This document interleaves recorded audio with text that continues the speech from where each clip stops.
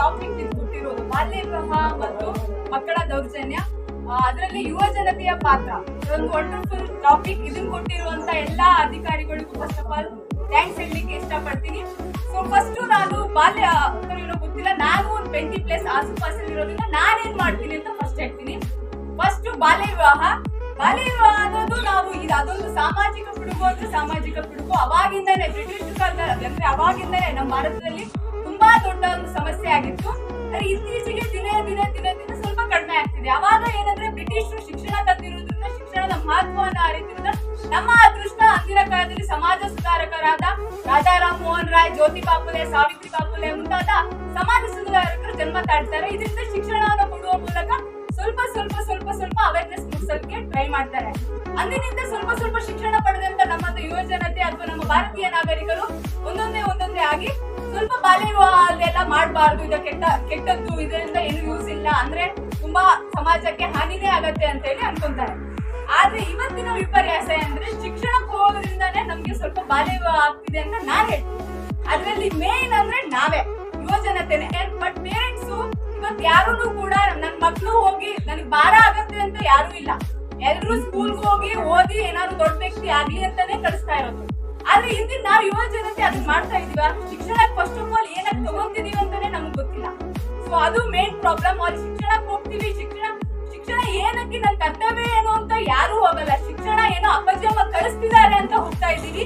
First of all ನಮ್ಮ ಅಪ್ಪಾಜಿ ಅಮ್ಮನ ಮೇಲೆ ಅವರು ನಂಬಿಕೆ ಇಡುವಂತ ಕೆಲಸನೇ ನಾವು ಮಾಡ್ತಾ ಇಲ್ಲ. ಶಿಕ್ಷಣಕ್ಕಂತ ಹೋಗ್ತೀವಿ, ಅಲ್ಲೇನೋ ಪ್ರಕ್ರಿಯೆಗೆ ಒಳಪಡ್ತೀವಿ. ಇವಾಗ ಬಿಡಿ, ನಾವು ಡಿಗ್ರಿ ಸ್ಟೂಡೆಂಟ್ಸ್ ಏನೋ 18+ ನಲ್ಲಿ ಇದೀವಿ ಬಿಡಿ. ಆದ್ರೆ ಇವತ್ತು ಹೈಸ್ಕೂಲ್ ಲೆವೆಲ್ಗೆ ಹೋಗಿ ನೋಡಿದ್ರೆ, ನಾನು ಸ್ಪೋರ್ಟ್ಸ್ಗೆಲ್ಲ ಹೋದಾಗ ನೋಡ್ತಾ ಇರ್ತೀನಿ ಗ್ರೌಂಡ್ ಅಲ್ಲೆಲ್ಲ. ಹಾಗೆ ಆ ಹೈಸ್ಕೂಲ್ ಮಕ್ಕಳು ಮಾತಾಡೋ ರೀತಿ ನೋಡಿದ್ರೆ ಯಪ್ಪಾ ಎಲ್ಲಿ ಹೋಗ್ತಾ ಇದೆ ನಮ್ ಸಮಾಜ ಅಂತ ಅನ್ಸುತ್ತೆ. ಹಾಗಿದ್ರೆ ಹೆಂಗಪ್ಪ ಬರುತ್ತೆ ಆ ಪೇರೆಂಟ್ಸ್ಗೆ ಅವ್ರ ನಂಬಿಕೆ? ನನ್ ಮಕ್ಳು ಹೋಗಿ ಓದ್ತಾರೆ ಅಂತ ಹೆಂಗ್ ಬರುತ್ತೆ? ಬರಲ್ಲ ತಾನೆ, ನಿಜವಾಗ್ಲೂ ಬರಲ್ಲ. ಯಾಕಂದ್ರೆ ಶಿಕ್ಷಣಕ್ಕಂತ ಹೋಗಿರ್ತಾರೆ, ಅಲ್ಲಿ ಶಿಕ್ಷಣಕ್ಕಲ್ಲಿ ಅಷ್ಟು ನಂಬಿಕೆ. ಈಗ ನಾನೊಂದು ಉದಾಹರಣೆ ಕೊಡ್ತೀನಿ. ಫ್ರಾನ್ಸ್ ಮಹಾಕ್ರಾಂತಿಯಲ್ಲಿ ನಂದು ಒಂದು ರೊಟ್ಟಿ ಪ್ರಕರಣ ಅಂತ ಬರುತ್ತೆ. ಶ್ರೀಮಂತ ವರ್ಗದವ್ರು ಇರ್ತಾರಲ್ಲ, ಅವ್ರು ಬಹಳ ಹಿಂಸೆ ಮಾಡ್ತಾರೆ ಬಡ ವರ್ಗದವರಿಗೆ. ತೆರಿಗೆ ಕಟ್ಟಿದ್ರಿಂದಾನೇ ಅವ್ರು ಹೇಗಿರ್ತಾರೆ. ಆದ್ರೂ ಕೂಡ ಬಡ ವರ್ಗದವ್ರಿಗೆ ಬ್ರೆಡ್ ತಿನ್ನೋ ಆಸೆ ಇರುತ್ತೆ. ಇವ್ರು ತೆರಿಗೆ ಕಟ್ಟಿರೋದೇ ಶ್ರೀಮಂತರಿಗೆ ಕೊಟ್ಟಿರ್ತಾರೆ, ಆದ್ರೂ ಆ ಬ್ರೆಡ್ ತಿನ್ನಕ್ಕಾಗಲ್ಲ.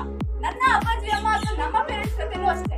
ಅವರಿಗೆ ಒಂದು ಬ್ರೆಡ್ ಅಂತ ಅವ್ರಿಗೆ ತಿನ್ನೋ ಆಸೆ ಇರುತ್ತೆ, ಆದ್ರೂ ನನ್ನ ಮಕ್ಳು ತಿನ್ಲಿ ಅಂತ ನಮಗ್ ಬಿಟ್ಕೊಡ್ತಾರೆ. ಆದ್ರೆ ನಾವು ಮಕ್ಕಳಾದವರು ಶಿಕ್ಷಣ ಕಲಿಲಿಕ್ಕೆ ಹೋದವರು ನಮ್ಮ ಪ್ರಾಕ್ಟೀಸ್ ಶಿಕ್ಷಣ ಕಲಿತೀವಿ ಅಂದ್ರೆ 0%.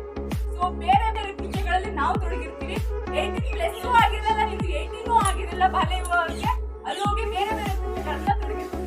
ಸೊ ಇದು ಹೆಂಗಪ್ಪ ನಂಬಿಕೆ ಬರುತ್ತೆ? ಪಾಪ ಅವರು ಒಂದು ಕೆಲಸ ಮಾಡಿ. ಯಾಕಂದ್ರೆ ಈಗ ನಮ್ಮ ಭಾರತದಲ್ಲಿ 20% ಬಾಲ್ಯ ವಿವಾಹ ಇರ್ಬೋದು, ಅದರಲ್ಲಿ 10% ಏನಾದ್ರು ಬುಡಕಟ್ಟು ಜನಾಂಗ ಅಥವಾ ಬೇರೆ ಕಡೆಯಿಂದಲೂ 10% ಅಲ್ಲಿ ಬಾಲ್ಯ ವಿವಾಹನ ಮಾಡ್ತಾ ಇರ್ಬೋದು. ಯಾಕಂದ್ರೆ ಅವ್ರಿಗೆ ಶಿಕ್ಷಣ ಇರಲ್ಲ, ಅವ್ರೇನೋ ಹಿಂದುಳಿದ ವರ್ಗದವರಾಗಿರ್ತಾರೆ, ಬಡವರಾಗಿರ್ತಾರೆ, ಅವ್ರು ಸ್ವಲ್ಪ ಜನ ಇಟ್ಕೊಡ್ತಾರೆ. ನಿನ್ನ 10% ಮಾಡ್ಕೊಂತಿರೋದು ನಾವೇ ಯುವ ಜನತೆ. ಈಗಿನ ಮೊಬೈಲ್ ಇಂದ ಬಳಕೆಯಿಂದ, ಯಾಕಂದ್ರೆ ಒಂದು ಹೇಳಲಿಕ್ಕೆ ಇಷ್ಟಪಡ್ತೇನೆ, ಮೊಬೈಲ್ ಇಂದ 2 ನಿಮಿಷದಲ್ಲಿ ನಾನು ಇಡೀ ಪ್ರಪಂಚಕ್ಕೆ ನನ್ನ ಅಸ್ತಿತ್ವವನ್ನು ತೋರಿಸಬಹುದು.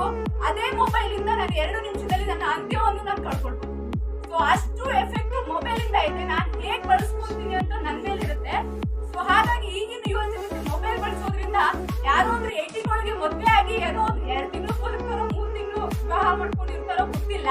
ಆದ್ರೂ ನಾವು ಅದೇ ಟ್ರೆಂಡ್, ಅದೇ ಸ್ಟೇಟಸ್ ಅಂತ ನಾವು ಅವರಿಗೆ ಕ್ಲಾಪ್ಸ್ ಹೊಡೆಯೋದೇನು ಅಲ್ಲಿಗೆ ನೋಡಿದ್ರೆ ಯುವ ಜನತೆ ಎಲ್ಲಿಗೆ ಹೋಗ್ತಾ ಇದ್ದಾರೆ ಅಂದ್ರೆ ಅಪ್ಪಾಜಿ ಅಮ್ಮರು ಏನ್ ಮಾಡ್ತಾರೆ, ನಮ್ಮ ಪೇರೆಂಟ್ಸ್ ಏನ್ ಮಾಡ್ತಾರೆ, ಅವ್ರಿಗೂ ಬೇರೆ ವಿಧಿ ಇಲ್ಲ. ಯಾಕಂದ್ರೆ ಅದೇ ಹೇಳುತ್ತಲ್ಲ ರೊಟ್ಟಿ ಪ್ರಕರಣದಂತೆ, ಅವ್ರು ನಾವು ಬ್ರೆಡ್ ನಾವು ತಿನ್ನೋ ಆಸೆ ಇದ್ರು ಮಕ್ಳಿಗೆ ಕೊಟ್ಟಿರ್ತಾರೆ, ಆದ್ರೆ ಆ ಮಕ್ಳು ಅದನ್ನ ನೀಟಾಗಿ ಯೂಸ್ ಮಾಡ್ಕೊಂಡಿರಲ್ಲ. ಸೊ ಅವಾಗ ಅವ್ರು ಏನ್ ಮಾಡ್ತಾರೆ, ಅವ್ರು 18 ವರ್ಷದೊಳಗೆ ಪಾಪ ನಂಬಿಕೆ ಇರಲ್ಲ ಅವ್ರಿಗೆ. ನಾವ್ ಅನ್ಕೊಂತೀವಿ 10 ಸಲ ಕಾಲ್ ಮಾಡ್ತಾರೆ, 3 ಸಲ ಕಾಲ್ ಮಾಡ್ತಾರೆ, ನಮ್ಗೆ ನೋಡೋಗ್ತೀವ, ಅದ್ ಮಾಡ್ತೀವಿ, ಇದ್ ಮಾಡ್ತೀವ. ಅದನ್ನ ನಾವ್ ನಂಬಿಕೆ ಉಳಿಸ್ಕೊಂಡ್ರೆ ಯಾಕೆ ಕಾಲ್ ಮಾಡ್ತಾರೆ? ಯಾರು ಕಾಲ್ ಮಾಡಲ್ಲ. ಫಸ್ಟ್ ನಾವು ನಂಬಿಕೆ ಉಳ್ಕೊಳ್ಳೋ ಕೆಲಸ ಮಾಡ್ಬೇಕು. ಅವಾಗ ಬಾಲ್ಯ ವಿವಾಹ ತನಿಖಾನೆಗೆ ನಿಲ್ಲತ್ತೆ. ಇದು ನಾನು ಹೇಳಕ್ ಇಷ್ಟಪಡ್ತೀನಿ. ಈಗ ಮಕ್ಕಳ ಮೇಲಿನ ದೌರ್ಜನ್ಯ ಅಂತ ತಗೊಂಡ್ರೆ, ಮಕ್ಕಳ ಮೇಲಿನ ದೌರ್ಜನ್ಯ ಫಸ್ಟ್ ಆಫ್ ಆಲ್ ಹೆಣ್ಣು ಮಕ್ಕಳ ಮೇಲಿನ ದೌರ್ಜನ್ಯ ಅಂತಾನೆ ತಗೋಕೆ. ಮಕ್ಕಳ ಮೇಲಿನ ದೌರ್ಜನ್ಯ ಹೆಣ್ಣು ಮಕ್ಕಳ ಮೇಲಿನ ದೌರ್ಜನ್ಯ ಅಂತಾನೆ ತಗೊಂತೀನಿ. ಯಾಕಂದ್ರೆ ನಾನು ನಮ್ಮ ಮನೆಯಲ್ಲಿರುವಂತ ಒಂದು ಇನ್ಸಿಡೆಂಟ್ ಹೇಳ್ತೀನಿ. ಬಟ್ ನನ್ನ ಪರ್ಸನಲ್ ಎಕ್ಸ್ಪೀರಿಯನ್ಸ್ ಆಗ್ತಿದ್ರು ಕೂಡ ನನ್ನ ಸುತ್ತಮುತ್ತದಲ್ಲಿ ಅಕ್ಕಪಕ್ಕದ ಮನೆಯಲ್ಲಿ ಆದಂತ ಒಂದು ಎಕ್ಸ್ಪೀರಿಯನ್ಸ್ ನ ಹೇಳಲಿಕ್ಕೆ ಇಷ್ಟಪಡ್ತೇನೆ. ಒಂದು ಹುಡುಗಿಗೆ 1 ತಿಂಗಳಿಂದ ಅಂದ್ರೆ 1 ತಿಂಗಳು ಅಥವಾ 15 ದಿನದಿಂದ ಲೈಂಗಿಕ ದೌರ್ಜನ್ಯ ಮಾಡಿರ್ತಾರೆ ಯಾರೋ ಒಬ್ರು ಅಲ್ಲಾರೆ. ಆದ್ರೆ ಅಲ್ಲಿನ ಒಂದು ಪೇರೆಂಟ್ಸ್ ಹೇಳಿರ್ತಾಳೆ ಪಾಪ ಹೆಣ್ಣು ಮಗು 5th ಸ್ಟ್ಯಾಂಡರ್ಡ್, ಆ ಹೆಣ್ಣು ಮಗು ಹೇಳಿರ್ತಾಳೆ, ಆದ್ರೆ ಅವ್ರ ಅಪ್ಪಾಜಿ ಅಮ್ಮ ಹೇಳಿರ್ತಾರೆ ಗೊತ್ತಾಗಲ್ಲ ಸಣ್ಣ ಹುಡುಗಿ ಅದಲ್ಲ ಬಿಡು, ಅವ್ರೇನೋ ಹಂಗೆ ಇದ್ ಮಾಡಿರ್ತಾರೆ, ಹುಡುಗಾಟದ ಬುದ್ಧಿ ಬಿಡು ಅಂತ ಹೇಳಿರ್ತಾರೆ. ಅದೇ ಒಂದು ತಿಂಗಳಾದ್ಮೇಲೆ ಅವರು ತುಂಬಾ ಲೈಂಗಿಕ ದೌರ್ಜನ್ಯ ಮಾಡಿರ್ತಾರೆ. ಅವಾಗ ಅವ್ರ ಅಪ್ಪಾಜಿ ಅಮ್ಮ ಎಚ್ಚೆತ್ಕೊಂತಾರೆ. ಅದೇ ಒಂದು ತಿಂಗಳಾದ್ಮೇಲೆ ಅವ್ರು ಅಂತ ಹೇಳಿ ಅದೇ ಇನ್ಸಿಡೆಂಟ್ ಆದ್ಮೇಲೆ ಅವ್ರಿಗೆ ಕಂಪ್ಲೇಂಟ್ ಎಲ್ಲ ಕೊಟ್ಟರು. ಪಾಪ ಆ ಹೆಣ್ಮಕ್ಳು ಡಿಪ್ರೆಷನ್ ಹೋಗ್ತಾರೆ. ಆಮೇಲೆ ನಾನ್ ಹಾಗೆ ಇದ್ದೆ ನಮ್ಮ ಮನೇಲಿ, ನಮ್ಮ ಊರಲ್ಲಿ ಆ ಸುದ್ದಿನ ಹಾಗೆ ಮಾತಾಡ್ಕೊಂಡಿರ್ತಾರೆ, ಕೆಲವೊಂದು ಹೆಂಗಸರು ಮಾತಾಡ್ಕೊಂಡಿರ್ತಾರೆ. ಅವಾಗ ಹೇಳ್ತಾರೆ ಆ ಹೆಂಗಸರು ಫಸ್ಟ್ ಇವ್ರು ಹೇಳ್ತಾರೆ ಆ ತಾಯಿಗೆ ಫಸ್ಟ್ ಬೈತಾರೆ. ನನ್ನ ಮಗಳಾಗಿದ್ರೆ ನಾನ್ ನಿಜವಾಗ್ಲೂ ಹೋಗಿ ಹೇಳ್ತಾ ಇರ್ಲಿಲ್ಲ, ನಾನಾಗಿದ್ರೆ ಹೇಳ್ತಾನೆ ಇರ್ಲಿಲ್ಲ, ಯಾಕೆ ಹೇಳ್ಬೇಕಿತ್ತು, ನನ್ನ ಮಗಳು ಇದನ್ನ ಮರ್ಯಾದಿನ ಅವಳೇ ಕಳ್ಕೊಂಡು ಅಂತ ಅವ್ರು ಹೇಳ್ತಾರೆ. ಇನ್ನೊಬ್ರು ಬಂದು ಹೇಳ್ತಾರೆ ಆ ಹುಡುಗರದೇನೋ ತಪ್ಪಿಲ್ಲ, ಅವ್ರದ್ದೇನೋ ತಪ್ಪಿರ್ಬೇಕು, ಆ ಹುಡುಗರೆಲ್ಲ ಬಹಳ ಒಳ್ಳೆಯವರು, ಅವ್ರು ಡ್ರಿಂಕ್ಸ್ ಮಾಡಿರ್ತಾರೆ, ಎಲ್ಲ ಎದುರಿಗೆ ನಿಂತಿರುತ್ತೆ, ಆದ್ರೂ ಕೂಡ ಅವರು ಇದ್ ಮಾಡಲ್ಲ. ಅವಾಗ ಅನ್ಸುತ್ತೆ ನಮ್ಮಮ್ಮ ಬಂದು ಹಾಗೆ ಹೇಳ್ತಾರೆ, ನಮ್ಮಮ್ಮನ ಕಣ್ಣಲ್ಲಿ ನೀರಿರುತ್ತೆ, ಯಾಕಂದ್ರೆ ನಾವು 2 ಜನ ಹೆಣ್ಮಕ್ಳು, ನಮ್ಮಮ್ಮನ ಕಣ್ಣಲ್ಲಿ ನೀರಿರುತ್ತೆ. ನೋಡು ಹೆಣ್ಮಕ್ಳು ಲೈಫ್ ಇಷ್ಟೇ ನೋಡು, ಅವ್ರು ಹೆಣ್ಮಕ್ಳು ಹೆಣ್ಣು ಅಂತ ತಪ್ಪಿಲ್ಲ ಅಂತ ಗೊತ್ತು ಅವರಿಗೆ, ಗಂಡ್ಮಗಂತೆ ತಪ್ಪು ಅಂತ ಗೊತ್ತಿರೋ ಅಲ್ಲಿರೋ ಸೊಸೈಟಿ ನನ್ನ ಅಕ್ಕಪಕ್ಕದವರೆಲ್ಲ ಹೇಳಿದ್ರು ಹೆಣ್ದೇ ತಪ್ಪು ಅಂತೇಳಿ. ಅವಾಗ ನಾನು ಅನ್ಕೊಂಡೆ ಅಲ್ಲಿ ತನಕ ನನ್ಗೆ ಅನ್ಸಿತ್ತು ನಾನು ಅಪ್ಪಾಜಿ ಅಮ್ಮಗೋಸ್ಕರ ಜಾಬ್ ತಗೋಬೇಕು, ಏನೋ ಒಂದು ಪೊಸಿಷನ್ ಇತ್ತು, ಅಪ್ಪಾಜಿ ಅಮ್ಮ ಚೆನ್ನಾಗಿ ನೋಡ್ಕೋಬೇಕು ಅಂತ. ಅವತ್ತೇ ನಾನು ಡಿಸೈಡ್ ಮಾಡ್ದೆ, ಇಲ್ಲ ನಾನು ಸೊಸೈಟಿಗೆ ಏನಾದ್ರು ಒಂದು ಮಾಡ್ಬೇಕು, ಅದು ಹೆಣ್ಮಕ್ಳಿಗೆ ಮೊದಲು ಮಾಡ್ಬೇಕು. ಯಾಕಂದ್ರೆ ನಾನು ನಮ್ಮಲ್ಲಿ 2 ಹೆಣ್ಮಕ್ಳು ಇರೋದ್ರಿಂದ ನನ್ನ ಅಮ್ಮ ಅವತ್ತು ಹತ್ತಿದ್ರಿಂದ ಅನ್ಕೊಂಡೆ ನಾನು ಏನಾದ್ರು ಮಾಡ್ಬೇಕು ಅಂತ. ಅದಕ್ಕೆ ನಾನು ಕೆಲವೊಂದು 5 ಪಾಯಿಂಟ್ಸ್ ನಾನು ಏನ್ ಮಾಡ್ತೀನಿ ಅಂತ ಹೇಳಿ ನಾನು ಫಸ್ಟ್ ಹೇಳಲಿಕ್ಕೆ ಇಷ್ಟಪಡ್ತೀನಿ. ಫಸ್ಟ್ ನಾನು ಒಳ್ಳೆ ಪೊಸಿಷನ್ ಹೋಗ್ತೀನಿ. ನೀವು ಅನ್ಕೋಬಹುದು ಮದರ್ ತೆರೇಸಾ ಎಲ್ಲ ಯಾವ ಪೊಸಿಷನ್ ಅಲ್ಲಿ ಇದ್ರು ಅವರೆಲ್ಲ ಏನ್ ಮಾಡ್ಲಿಲ್ವಾ ಅಂತ ಅನ್ಕೋಬಹುದು. ಬಟ್ ಈಗಿನ ಒಂದು ಕಾಲ ಮಟ್ಟದಲ್ಲಿ ಪೊಸಿಷನ್ ಅಲ್ಲಿ ಇದ್ರೆ ಮಾತ್ರ ನಮ್ಮ ಮನೆಯಲ್ಲಿ ನಾನು ಕೇಳಲ್ಲ. ಈಗ ನಾನು ಓದ್ತಿದ್ದೀನಿ ಅಮ್ಮ ಹಂಗಲ್ಲ ತಪ್ಪು ಅಂದ್ರೂ ಕೇಳಲ್ಲ. ಸೊ ಅದೇ ಒಂದು ಪೊಸಿಷನ್ ಅಲ್ಲಿ ಇದ್ದೀವಿ ಹೋದ್ರೆ ಎಲ್ರು ಕೇಳ್ತಾರೆ.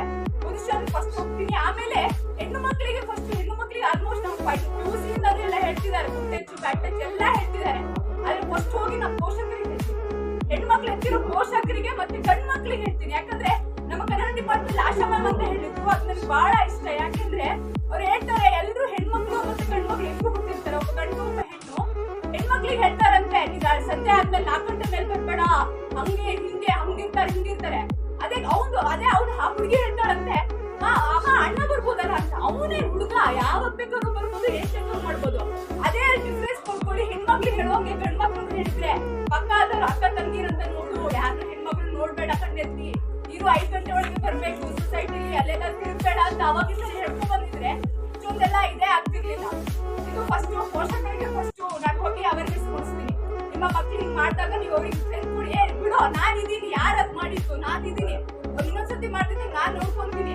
ನಮ್ಮ ಗ್ರಾಮೀಣ ಪ್ರದೇಶದಲ್ಲಿ ಇದುವರೆಗೂ ಯಾರು ಹೇಳಲ್ಲ, ಬಿಡು ಅದರಲ್ಲಿ ಹೇಳಕೋಬಾರ್ದು, ಮರ್ಯಾದೆ ಪ್ರಶ್ನೆ ಹೇಳ್ಬೇಡ ಅಂತ ಹೇಳಿ ಜಾಸ್ತಿ. ಸೊ ಇದು ಆಮೇಲೆ ನಾನು ಎಲ್ಲಾ ಹೆಣ್ಮಕ್ಳಿಗೂ ಸೈನಿಕ ತರಬೇತಿ ಯಾಕಂದ್ರೆ ಅವ್ರ ಸೆಲ್ಫ್ ಇದನ್ನ ಅವ್ರು ಕಾಪಾಡ್ಕೊಂಡ್ರೆ ಅಷ್ಟವರು ಕಾಪಾಡ್ಕೊಂಡ್ರೆ ಮಾಡ್ತಾರೆ. ನಮ್ಮ ಆರ್ಮಿ ಟ್ರೈನಿಂಗ್ ಹೆಣ್ಮಕ್ಳು ಎಲ್ರಿಗೂ ಕೊಟ್ರೆ ಖಂಡಿತ ಅವ್ರ ಸೆಲ್ಫ್ ಮಾಡ್ಕೊಂಡೇ ಮಾಡ್ಕೊಂತಾರೆ. ಆಮೇಲೆ ಇವತ್ತಿನ ಅಂದ್ರೆ ಗಂಡ್ಮಕ್ಳು ಶೋಷಣೆ ಆಗಲ್ಲ ಅಂತಿಲ್ಲ, ಗಂಡ್ಮಕ್ಳು ಹೆಣ್ಮಕ್ಳು ಇಬ್ಬರಿಗೂ ಆಗೋ ಹಂಗೆ ನಾನು ಗುರುಕುಲ ಸಿಸ್ಟಮ್ ನಮ್ಮ ಇದರಲ್ಲಿ ಮತ್ತೆ ಬರ್ಬೇಕು.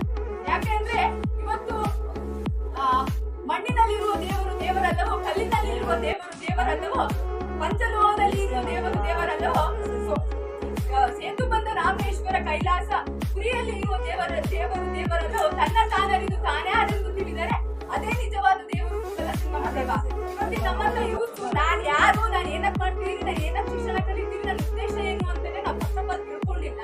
ಹಂಗಾಗಿ ಆ ಯೋಗಾಭ್ಯಾಸ ಮಾಡೋದ್ರಿಂದ ಅದರಿಂದ ಪಡೆಯೋದ್ರಿಂದ ನಾನು ಏನ್ ಮಾಡ್ಬೇಕು, ಏನ್ ಪಡಿಬೇಕು ಅಂತ ಗೊತ್ತಾಗತ್ತೆ. ಸೊ ಯೋಗಾಭ್ಯಾಸವನ್ನ ಫಸ್ಟ್ ಆಫ್ ಆಲ್ ಮಾಡ್ತೀನಿ. ಇದಿಷ್ಟು ಹೇಳಲಿಕ್ಕೆ ಇಷ್ಟಪಡ್ತೀನಿ. ಏನಾದ್ರು